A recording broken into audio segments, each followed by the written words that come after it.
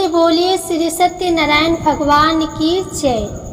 आज के दिन श्री सत्यनारायण भगवान की कथा पढ़ी अथवा सुनी जाती है। तो आइए आज आपको सुनाते हैं श्री सत्यनारायण भगवान की संपूर्ण व्रत कथा। तो कथा को पूरी श्रद्धा और प्रसन्नचित्त मन से पूरा अवश्य सुनिएगा। एक समय नैमिषारण्य तीर्थ में शौनक आदि 88,000 ऋषियों ने श्री सूत जी से पूछा, हे सूत जी, हे वेद वेदांत के ज्ञाता, इस कलयुग में वह कौन सा व्रत तप है जिसको करने से मनवांचित फल मिलता है। हे महामुनि, कृपा करके हमें कलयुग में पापों से छुटकारा और धन्य दान देने वाला कोई उपाय बताए। हम सब ऋषि मुनि आपके श्री मुख से वह उपाय सुनना चाहते हैं। श्री सूत जी बोले, हे मुनि श्रेष्ठ, तुम धन्य हो जिसने प्राणियों के हित के लिए ऐसा उत्तम प्रश्न किया है। एक बार ऐसा ही प्रश्न नारद जी ने भगवान कमलापति से किया था, वही मैं आपको सुनाता हूँ। एक बार नारद जी भ्रमण करते करते पृथ्वी लोक में जा पहुँचे। उनका यह भ्रमण तीनों लोकों के प्राणियों के परोपकार की भावना को लेकर था। पृथ्वी लोक में जाकर उन्होंने देखा कि वहाँ लोग तरह तरह के कष्ट भोग रहे हैं। वे बार बार मृत्यु को प्राप्त होते हैं और हर बार विभिन्न योनियों में जन्म लेकर अपने कर्मों का फल भोगते हैं। उन सभी दुखी प्राणियों को देखकर नारद सोचने लगे कि इनका कष्ट किस प्रकार दूर हो, किस प्रकार इन्हें इन दुखों से मुक्ति मिले। यही सब सोचते सोचते वह विष्णु लोक में आ गए। वहाँ 4 भुजा भगवान विष्णु शेष शैया पर विराजे हुए थे। वे शंख चक्र गदा व कमल अपने हाथों में धारण किए हुए थे। उनके गले में वनमाला पड़ी थी। नारद जी ने मुग्ध भाव से उन्हें देखा, फिर बोले, हे श्री हरि, मन और वाणी से परे हे अनंत शक्तिधारी, मैं आपको प्रणाम करता हूँ। हे प्रभु, आपका न आदि है, न मध्य है और न अंत है। आप इससे सर्वथा मुक्त है। हे सर्व आत्मा के आदिकरण, मैं आपको नमस्कार करता हूँ। नारद जी की स्तुति सुनकर भगवान विष्णु ने मुस्कुराकर पूछा, हे नारद, तुम्हारे मन में अवश्य ही कोई ऐसी बात है जिसके कारण तुम यहाँ आए हो। तुम्हारे मन में क्या है, मुझे सब कुछ बताओ। भगवान के ऐसे वचन सुनकर नारद जी ने कहा, प्रभु, मृत्यु लोक के सभी प्राणी अपने पाप कर्मों के कारण बार बार विभिन्न योनियों में जन्म लेकर कष्ट भोग रहे हैं। हे भगवान, यदि आप मुझ पर कृपा रखते हैं तो इन प्राणियों के दुख दूर करने का कोई सुगम एवं छोटा उपाय बताए। भगवान श्री विष्णु बोले, हे नारद, तुम हमेशा सबका हित चाहते हो। तुम साधु हो, प्राणियों के कल्याण के लिए यह तुमने बड़ा ही उत्तम प्रश्न किया है। मैं तुम्हें बताता हूँ कि किस व्रत को करने से व्यक्ति मोह से छूट जाता है। हे नारद, जो व्रत मैं तुम्हें बताने जा रहा हूँ वह स्वर्ग और मृत्यु लोक दोनों में दुर्लभ है, किंतु तुम्हारे स्नेह के कारण मैं तुम्हें इस व्रत का पूरा विधि विधान बताता हूँ। हे नारद, भगवान सत्यनारायण का विधि पूर्वक व्रत करने से तत्काल ही सुख प्राप्त होता है और अंत में प्राणी मोक्ष का अधिकारी हो जाता है। श्री विष्णु के मुख से ऐसे प्रीति युक्त वचन सुनकर नारद जी ने पूछा, प्रभु, इस व्रत के करने से क्या फल प्राप्त होता है, इसकी विधि और समय क्या है तथा इसे पहले किस किस ने किया है, कृपा कर यह सभी विस्तार पूर्वक बताए। श्री विष्णु भगवान ने कहा, हे नारद, यह व्रत दुख और शोक को दूर करने वाला है। इससे धन्य धान में वृद्धि होती है तथा सौभाग्य व संतान की प्राप्ति होती है। प्राणी को चारों दिशाओं में विजय श्री दिलाने वाले इस व्रत को व्यक्ति किसी भी दिन पूर्ण श्रद्धा व भक्ति से कर सकता है। संयम काल धर्म में पूरी आस्था रखते हुए बंधु बांधवों सहित किसी ब्राह्मण के सहयोग से भगवान श्री सत्यनारायण जी का पूजन करना चाहिए। सवाए प्रसाद बनाना चाहिए। प्रसाद में केले का फल, घी, दूध व गेहूं का आटा लेना चाहिए। यदि गेहूं का आटा उपलब्ध न हो तो चावल का आटा ले और उसमें शक्कर के स्थान पर गुड़ मिला ले।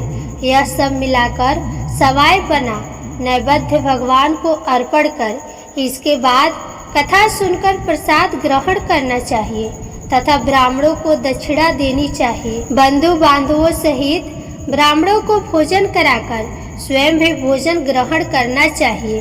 प्रसाद आदि ग्रहण करने के बाद भजन कीर्तन आदि करना चाहिए। फिर भगवान सत्यनारायण का स्मरण करते हुए सभी बंधु बांधव अपने घरों को प्रस्थान करें। इस प्रकार जो भी भगवान श्री सत्यनारायण जी का व्रत पूजन करता है उसकी सभी मनोकामनाएं अवश्य ही पूर्ण होती है। इस कलयुग में दुख एवं दरिद्रता से छुटकारा पाने का सबसे छोटा कोई उपाय नहीं है। इसके प्रसंग में श्री सूत जी बोले, हे मुनीश्वर, पहले इस व्रत को किस किसने किया, तुम्हें इस विषय में बताता हूँ, सुनिए। बहुत ही रमणीय स्थल काशीपुरी में एक बड़ा ही निर्धन ब्राह्मण रहता था। वह भूख प्यास से दुखी यहाँ वहाँ भटक भिक्षा मांगकर अपना पेट भरता था। इस ब्राह्मण को दुखी देखकर ब्राह्मणों से प्यार करने वाले भगवान विष्णु बड़े व्यथित हुए। फिर एक दिन वे बूढ़े ब्राह्मण का वेश धारण कर पृथ्वी पर आकर उस ब्राह्मण से बोले, हे विप्रवर, तुम इतने दुखी होकर इस पृथ्वी पर क्यों भटक रहे हो? कृपा कर मुझको अपनी विपदा बताओ। ब्राह्मण बोला, हे बंधु, मैं अत्यंत ही निर्धन और दुखी हूँ। क्या आप इस निर्धनता से मुक्त होने का कोई उपाय जानते हैं? यदि जानते हैं तो कृपा कर मुझको बताएं। मैं वह उपाय अवश्य ही करूँगा ताकि मुझे इस कष्टपूर्ण जीवन से मुक्ति मिले। बूढ़े ब्राह्मण ने कहा, सत्यनारायण स्वरूप भगवान विष्णु सबको मनचाहा फल देने वाले हैं। अतः हे विप्रवर, तुम उन्हीं का उत्तम व्रत व पूजन करो। भगवान सत्यनारायण का व्रत व पूजन करने से मनुष्य के सब दुख दूर हो जाते हैं। हे भगवान, गरीब ब्राह्मण ने कहा, कृपया मुझे इस व्रत का विधि विधान बताएं। आपके अनुसार मैं उत्तम फल प्रदान करने वाले इस व्रत को अवश्य ही करूँगा। बूढ़े ब्राह्मण वेशधारी भगवान विष्णु ने उसे सत्यदेव भगवान के व्रत पूजन का विधान बताया और अंतर्ध्यान हो गए। निर्धन ब्राह्मण ने मन ही मन में संकल्प लिया कि वह बूढ़े ब्राह्मण द्वारा बताया गया व्रत अवश्य करेगा। इन्हीं विचारों के कारण उसे रात भर नींद नहीं आई। दूसरे दिन वह इस संकल्प के साथ भिक्षाटन के लिए निकला कि आज जो कुछ भी भिक्षा में मिलेगा उससे मैं सत्यनारायण जी का व्रत पूजन करूंगा। उस दिन उसे भिक्षा में काफी द्रव्य प्राप्त हुआ। उसी से उस ब्राह्मण ने अपनी बंधु बांधवों सहित श्री सत्यनारायण भगवान का व्रत किया। व्रत के प्रभाव और भगवान सत्यदेव की कृपा से वह संपत्तिवान हो गया। तब से उस ब्राह्मण ने प्रति माह व्रत रखना आरंभ कर दिया और अंत में सब पापों से मुक्त हो मोक्ष को प्राप्त हुआ। हे विप्रो, इस प्रकार पृथ्वी पर जो कोई भी श्रद्धा पूर्वक इस व्रत को करेगा उसके सभी दुख दूर होंगे। श्रीमन नारायण जी ने यही वचन नारद जी से कहे थे। अब आप लोग बताइए कि और क्या जानने की इच्छा है। तब ऋषि गणों ने पूछा, हे सूत जी, अब यह बताए कि आगे चलकर ब्राह्मण के बाद किस किस ने इस व्रत को किया, यह जानने की हमारी प्रबल इच्छा है। सूत जी बोले, उस ब्राह्मण से सुनकर आगे यह व्रत किन किन लोगों ने किया यह भी ध्यान पूर्वक सुनो। वह ब्राह्मण धन्य धान से भरपूर होकर एक बार व्रत कर रहा था कि एक लकड़हारा वहां आया। लकड़ी का बोझ बाहर रखकर वह प्यास बुझाने के उद्देश्य से ब्राह्मण के घर में गया। वहां उसने ब्राह्मण को देखा जो अपने बंधु बांधवों सहित भगवान श्री सत्यनारायण का व्रत और पूजन कर रहा था। वह सब देख लकड़हारे को बड़ी उत्सुकता हुई। उसने ब्राह्मण को प्रणाम करके पूछा, हे प्रभु, हे ब्राह्मण देव, आप यह किसका पूजन कर रहे हैं और इस पूजन का क्या फल मिलता है? कृपा कर विस्तार पूर्वक मुझे बताएं। ब्राह्मण बोला, हे भाई लकड़हारे, यह हम भगवान सत्यनारायण का व्रत और पूजन कर रहे हैं। सत्यदेव भगवान का यह व्रत सभी मनोरथों को सिद्ध करने वाला और शुभ फलदायी है। उन्हीं की कृपा से मेरे घर में यह सब धन्य धान और सुख वैभव है। यह जानकर लकड़हारा बहुत प्रसन्न हुआ। वह प्रसाद ग्रहण करके तथा जल पीकर बाहर आया और अपना गट्ठर उठाकर लकड़ी बेचने के लिए शहर को चल दिया। रास्ते में चलते चलते उसने सोचा कि आज यह लकड़ियों को बेचकर जो भी धन प्राप्त होगा उससे मैं भी भगवान सत्यनारायण का व्रत और पूजन करूंगा। यह संकल्प कर वह उसी बस्ती की ओर चल दिया जहां नगर के अमीर लोग रहते थे।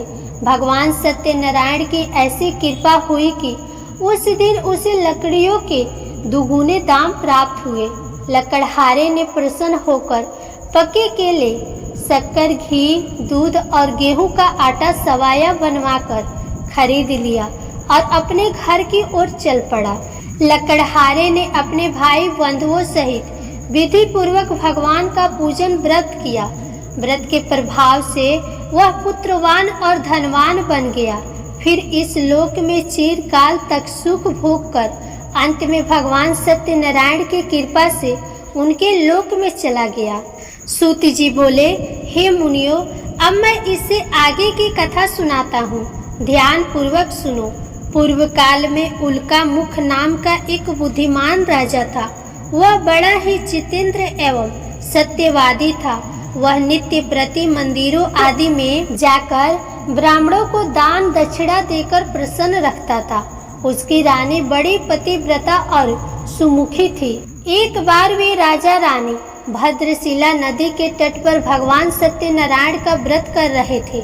उसी समय साधु नामक एक वैश्य धन्य धान से भरी अपनी नौका लेकर वहां पहुंचा। साधु वैश्य ने नाव को किनारे पर लगाकर व्रत पूजन में व्यस्त राजा रानी को देखा। फिर उनके निकट जाकर विनय पूर्वक राजा से बोला, हे राजन, आप इतने भक्ति से यह किस देवता का पूजन कर रहे हैं? कृपा कर यह सब वृतांत मुझे बताएं। राजा उसकी विनय सुनकर बोला, हे वैश्य, हम अपने बंधु बांधवों सहित विष्णु भगवान जैसे तेजस्वी भगवान श्री सत्यनारायण जी का व्रत और पूजन कर रहे हैं। यह सब हम पुत्र आदि की प्राप्ति के लिए कर रहे हैं। राजा की बात सुनकर साधु बोला, महाराज, आप कृपा करके मुझे इस व्रत के संबंध में सारा विधान बताएं ताकि मैं भी यह व्रत करूं। मेरे भी कोई संतान नहीं है। क्या इस व्रत के प्रभाव से मेरे संतान हो जाएगी? अवश्य होगी वैश्य। भगवान सत्यदेव किसी को भी निराश नहीं करते। यह कहकर राजा ने उसे व्रत से संबंधित पूरा विधि विधान बता दिया। सब कुछ जान लेने के बाद वैश्य खुशी खुशी अपने घर चल दिया। घर पहुंचकर उसने अपनी पत्नी लीलावती को सब कुछ बताया। फिर बोला, यदि हमारे घर संतान हुई तो हम भी सत्यनारायण भगवान का व्रत करेंगे। उसकी पत्नी यह सुनकर बहुत प्रसन्न हुई। इस प्रकार दिन गुजरने लगे और कुछ समय बाद लीलावती गर्भवती हो गई। 10वें माह में उसने एक कन्या को जन्म दिया। यह कन्या चंद्र की कला की भांति दिनों दिन बढ़ने लगी। इस कन्या का नाम कलावती रखा गया।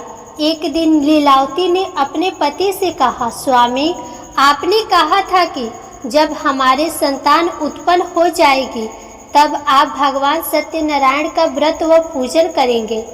अब आप अपने संकल्प के अनुसार यह कार्य क्यों नहीं करते?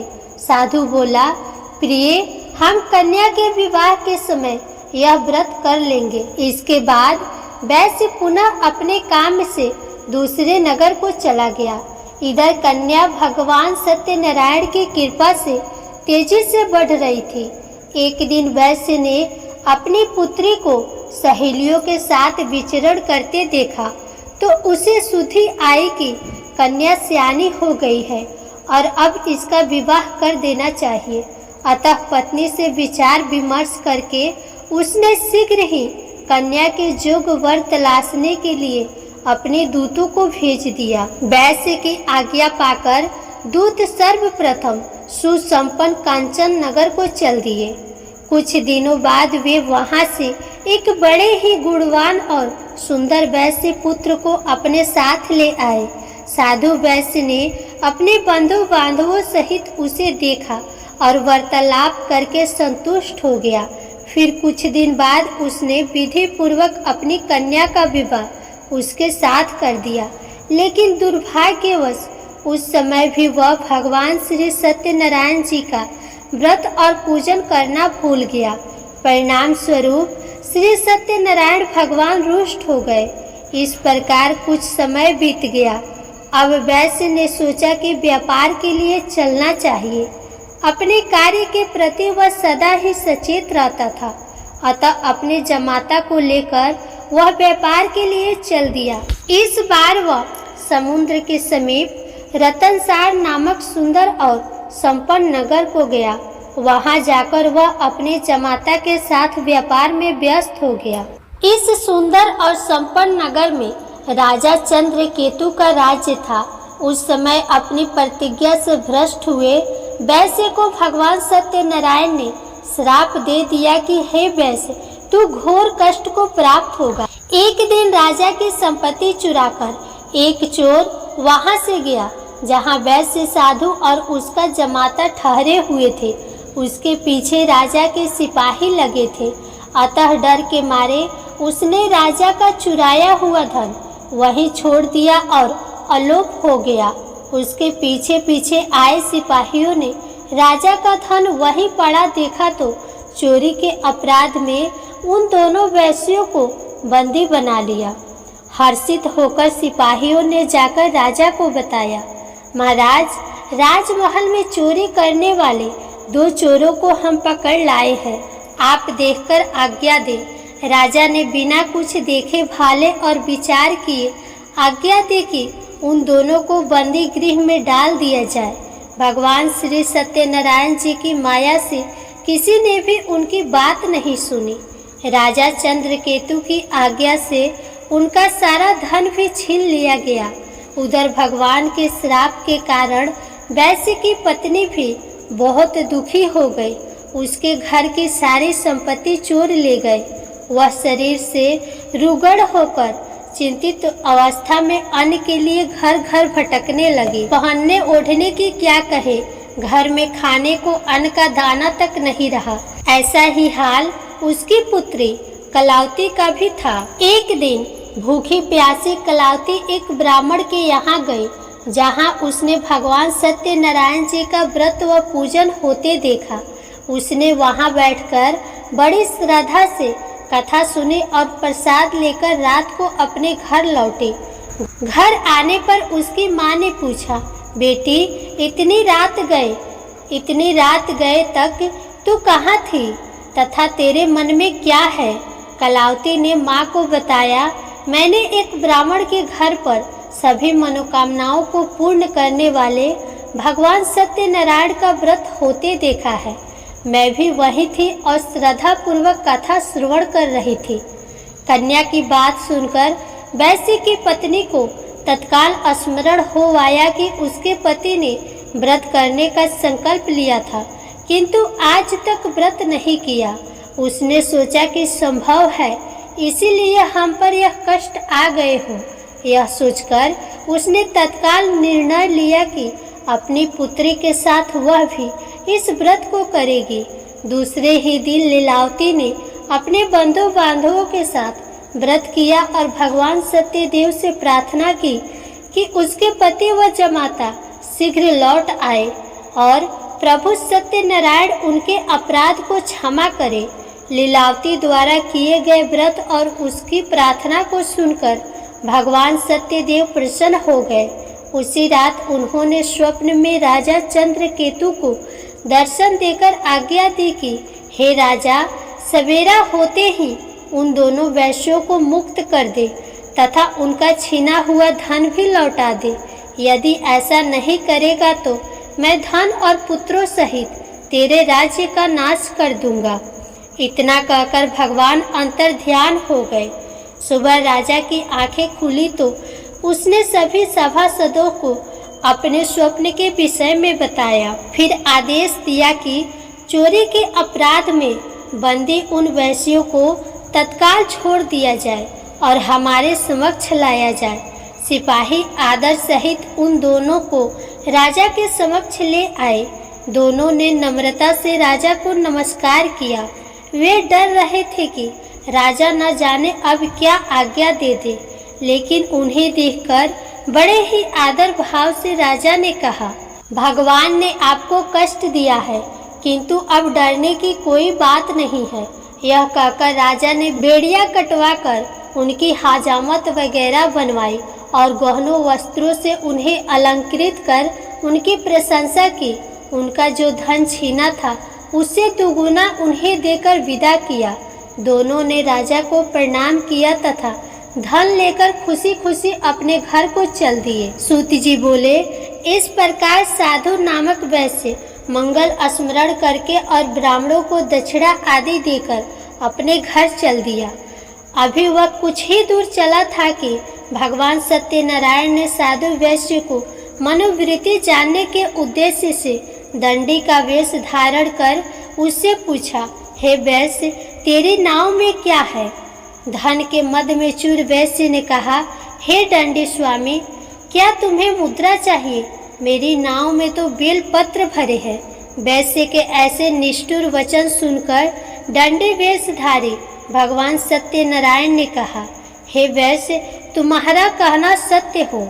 इतना कह दंडी वैश्य के पास से हटकर कुछ दूर समुद्र के किनारे जा बैठ गए। दंडी के जाने के बाद साधु ने महसूस किया कि नाव काफी हल्की हो गई है और कुछ फूली हुई लग रही है। वह बहुत चकित हुआ और कपड़ा हटाकर देखा। धन के स्थान पर बेलपत्र देखकर उसे मूर्छा आ गई। उसके जमाता ने उसे संभाला और जल आदि छिड़क कर होश में लाया।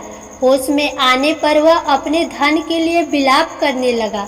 तब उसके दामाद ने कहा, इस प्रकार शोक क्यों करते हैं? यह उस दंडी स्वामी का श्राप है। वह दंडी सर्वसमर्थ है, इसमें संशय नहीं।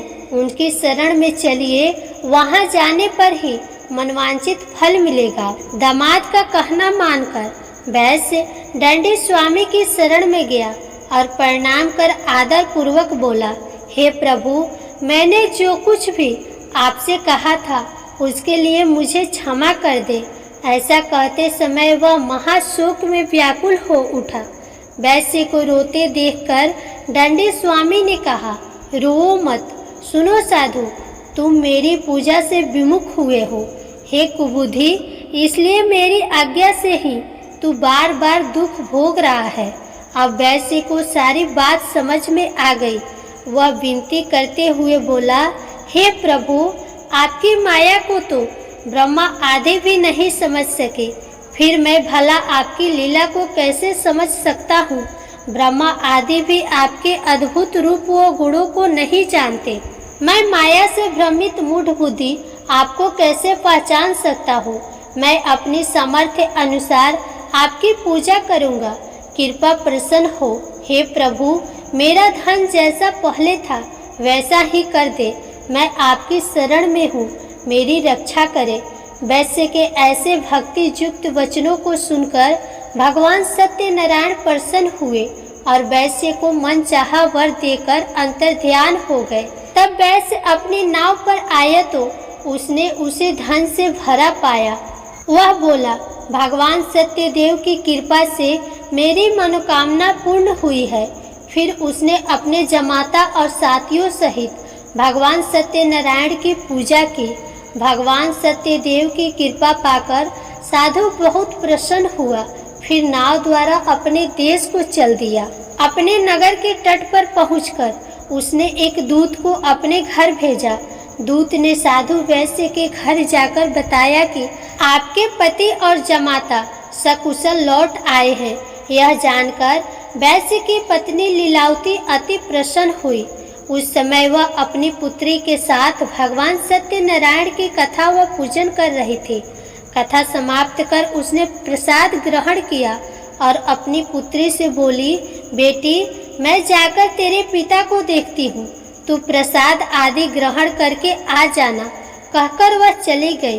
कन्या ने काम समाप्त किया और बिना प्रसाद व चरना अमृत ग्रहण किए वह भी अपने पति से मिलने चल दी। प्रसाद ग्रहण न करके वह पति के पास पहुंची। इस प्रकार प्रसाद का अपमान करते देख भगवान सत्यदेव रुष्ट हो गए। उन्होंने उसके पति तथा धन से भरी नाव को जल में डुबो दिया।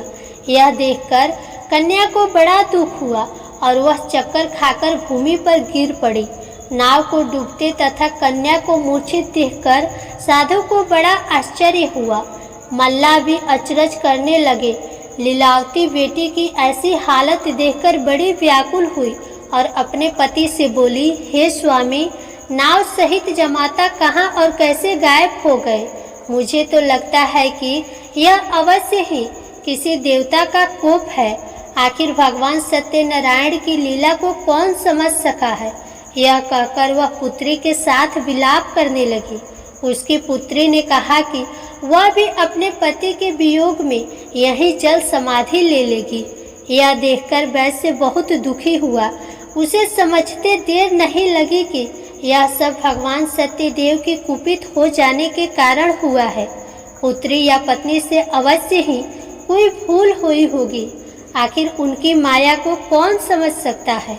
मैं स्वयं उनकी माया से मोहित हूँ। उसने उन्हें अपने पास बुलाकर अपनी शंका व्यक्त की और बोला, मैं विधि विधान से भगवान सत्यनारायण का पूजन करूँगा। वे मेरी पुत्री को क्षमा करें। वह बार बार भगवान से क्षमा याचना करने लगा तो भगवान सत्यदेव उस पर प्रसन्न हो गए। तभी भविष्यवाणी हुई, हे साधु, तेरी पुत्री मेरा प्रसाद छोड़कर अपने पति को देखने आई थी। इसी कारण इसका पति नौका सहित अदृश्य हो गया है। यदि यह घर जाकर प्रसाद ग्रहण करके आए तो इसका पति इसे अवश्य ही मिल जाएगा, इसमें कोई संशय नहीं है। वैश्य की पुत्री ने भी यह भविष्यवाणी सुनी। वह तत्काल घर गई और प्रसाद ग्रहण किया। जब कन्या लौटकर आई तो उसका पति सही सलामत वहां उपस्थित था। यह देखकर वह बहुत प्रसन्न हुई और पिता से बोली, हे पिताजी, अब घर को चलिए, अब क्या देर है। हे बेटी, हमें भगवान सत्यदेव का पूजन करना है। कहकर साधु ने सबके साथ मिलकर भगवान सत्यनारायण की कथा व पूजन किया। फिर अपने बंधु बांधवों और जमाता सहित घर गया। उस दिन के बाद से वह प्रत्येक पूर्णिमा व संक्रांति को भगवान सत्यनारायण का पूजन करते हुए अनेक सुख भोगता हुआ अंत में भगवान सत्यनारायण के वैकुंठ लोक को चला गया, जो देवताओं के लिए भी दुर्लभ है तथा जहाँ सत्य, रज, तम तीनों गुण अप्रभावी रहते हैं। सूत जी ने कहा, हे मुनिगणों, सुनो, अब मैं तुम्हें इससे आगे की कथा सुनाता हूँ। तुंगध्वज नामक एक राजा था जो अपनी प्रजा का संतान की भांति पालन करता था, किंतु भगवान सत्यनारायण का प्रसाद न लेने से उसे भी बहुत दुख उठाने पड़े थे। एक दिन राजा शिकार खेलने के लिए वन में गया, जहां उसने बहुत से जीवों का शिकार किया। वहीं एक वट वृक्ष के नीचे उसने कुछ ग्वालों को भगवान सत्यनारायण का पूजन करते देखा, किंतु गर्व के कारण न तो वह पूजन स्थल तक गया और न ही भगवान को प्रणाम किया। फिर भी गोप ग्वाले प्रसाद लेकर राजा के पास गए। प्रसाद राजा के समीप रखकर वे पूजन स्थल को लौट गए। राजा ने प्रसाद की ओर देखा भी नहीं, जिसके कारण उसे बड़ा ही दुख भोगना पड़ा। उसके 100 पुत्र, धान्य व राज्य सभी कुछ नष्ट हो गए। अतः राजा वहीं पहुंचा जहां भगवान सत्यदेव का पूजन हो रहा था। वहां जाकर राजा ने ग्वाल वालों के संग भगवान सत्यनारायण का पूजन किया और क्षमा याचना की। इससे भगवान सत्यनारायण प्रसन्न हो गए। उनकी कृपा से उसे पुत्र आदि सब कुछ पुनः प्राप्त हो गया। फिर इस जीवन में सुख भोग कर अंत में वह सत्यनारायण भगवान के लोक को चला गया। इस परम दुर्लभ सत्यनारायण व्रत को जो भी धारण करता है और इसकी फलदायी कथा को भक्ति पूर्वक सुनता है, उसे श्री सत्यनारायण की कृपा से भरपूर धन्य धान आदि प्राप्त होते हैं। दरिद्र धन पाते हैं, बंदी बंधुओं से मुक्त हो जाते हैं, भयग्रस्त का भय मिट जाता है। यह निस्संदेह सत्य है। इस कथा व व्रत के प्रभाव से व्यक्ति जीवन भर सुख भोग कर अंत में सत्य लोक को पाता है। हे विप्रो, यह मैंने सत्यनारायण व्रत की कथा कही। इसके प्रभाव से व्यक्ति सब बंधनों से मुक्त हो जाता है। यह व्रत पूजन कलयुग में विशेष फलदायी है। भगवान सत्यनारायण अलग अलग समय में अलग अलग रूप धारण करके अपने भक्तों को सुख पहुंचाते हैं। कोई उन्हें काल कहता है, कोई ईश्वर, कोई सत्यदेव तो कोई सत्यनारायण। अनेक रूप धरकर वे भी मनचाहा फल देने वाले हैं। कलयुग में सत्य व्रत रूपी सनातन सत्यनारायण ही होंगे। सभी को मनचाहा फल देने के लिए भगवान विष्णु ने सत्यनारायण का रूप धर लिया है। हे मुनिगण, जो इस कथा का नित्य पाठ करेंगे अथवा सुनेंगे, श्री सत्यनारायण की कृपा से उनके समस्त पाप नष्ट हो जाएंगे। सूत जी बोले, हे मुनीश्वरों, जिन्होंने सत्यनारायण का व्रत पहले किया था, उनके अगले जन्म की कथा सुनाता हूँ। सुनो। महान बुद्धिमान शतानंद ब्राह्मण सुदामा हुआ और श्री कृष्ण की आराधना कर मोक्ष को प्राप्त हुआ। लकड़ी बेचने वाला लकड़हारा भील गुहराज बना और श्री राम जी की सेवा कर मोक्ष का अधिकारी हुआ। राजा उल्का मुख महाराज दशरथ हुए और श्री रंगनाथ की पूजा कर वैकुंठवासी हुए। साधु वैश्य सत्य व्रतधारी मोरध्वज राज बना। वह आधा शरीर आरे से चीरकर दान देने के कारण मोक्ष को प्राप्त हुआ। राजा तुंगध्वज स्वयंभू मनु हुए। वे सभी को वैष्णव पथ पर लाकर भगवत बना वैकुंठ को गए। प्रेम से बोले श्री सत्यनारायण भगवान की जय। जय श्री हरि विष्णु।